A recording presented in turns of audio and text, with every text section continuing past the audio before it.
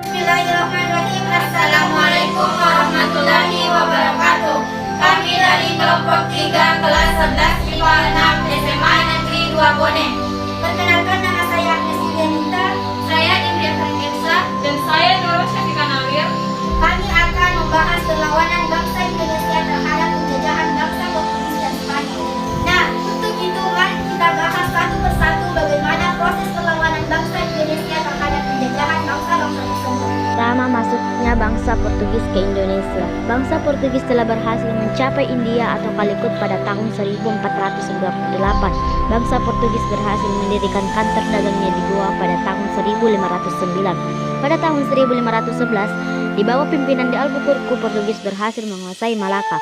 Dari Malaka, di bawah pimpinan De Abru pada tahun 1512, Portugis telah sampai di Maluku dan diterima baik oleh Sultan Ternate yang pada waktu itu sedang bermusuhan dengan Tidore. Portugis berhasil mendirikan benteng dan mendapatkan hak monopoli perdagangan rempah.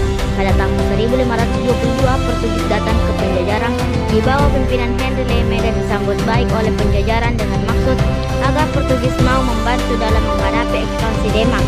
Terjadilah perjanjian Sunda Kelapa pada tahun 1522 antara Portugis dan Penjajaran yang isinya sebagai berikut. Pertama, Portugis diizinkan mendirikan benteng di Sunda Kelapa. Kedua, Penjajaran akan menerima barang-barang yang dititipkan dari Portugis termasuk senjata. Dan yang terakhir, Portugis akan memperoleh lada dari Penjajaran menurut kebutuhannya. Awal tahun 1527, Portugis datang lagi ke Pajajaran untuk merealisasi perjanjian Sunda Kelapa, namun disambut dengan pertempuran oleh pasukan Denmark di bawah Denmark. Masa penjajahan Portugis. Bangsa Portugis masuk ke Nusantara di bawah pimpinan Alfonso de Albuquerque yang berhasil menaklukkan Goa pada tahun 1510 dan Malaka pada tahun 1511. Sejak itu, Portugis menguasai perdagangan rempah-rempah dari Asia ke Eropa. Bangsa Portugis kemudian menjalin kerjasama dagang terutama untuk komoditas lada dengan kerajaan Sunda atau Penjajaran, ditandai dengan dibuatnya padrao atau prasasti kerjasama pada tahun 1522. Kemudian masuknya bangsa Spanyol ke Indonesia.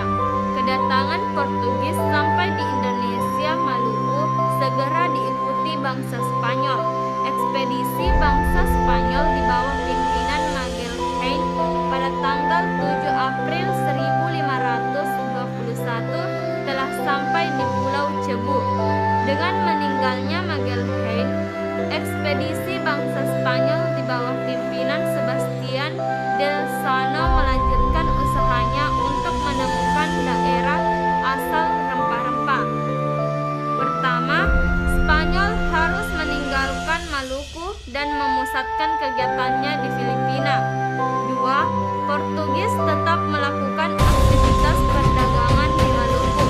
Masa penjajahan Spanyol. Bangsa Spanyol masuk ke Nusantara melalui rombongan yang dipimpin oleh Sebastian Elcano. Rombongan tersebut tiba di Maluku pada tahun 1521. Persaingan antara Spanyol yang membantu Tidore dan Portugis yang membantu Tidore berakhir setelah dikeluarkannya perjanjian Saragossa.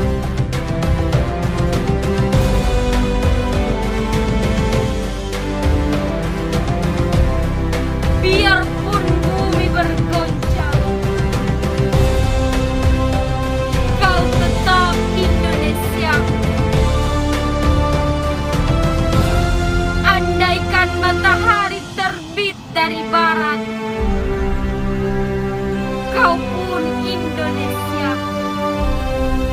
Itulah hasil presentasi dari kelompok kami. Lebih dan kurangnya mohon dimaafkan. Wassalamualaikum warahmatullahi wabarakatuh.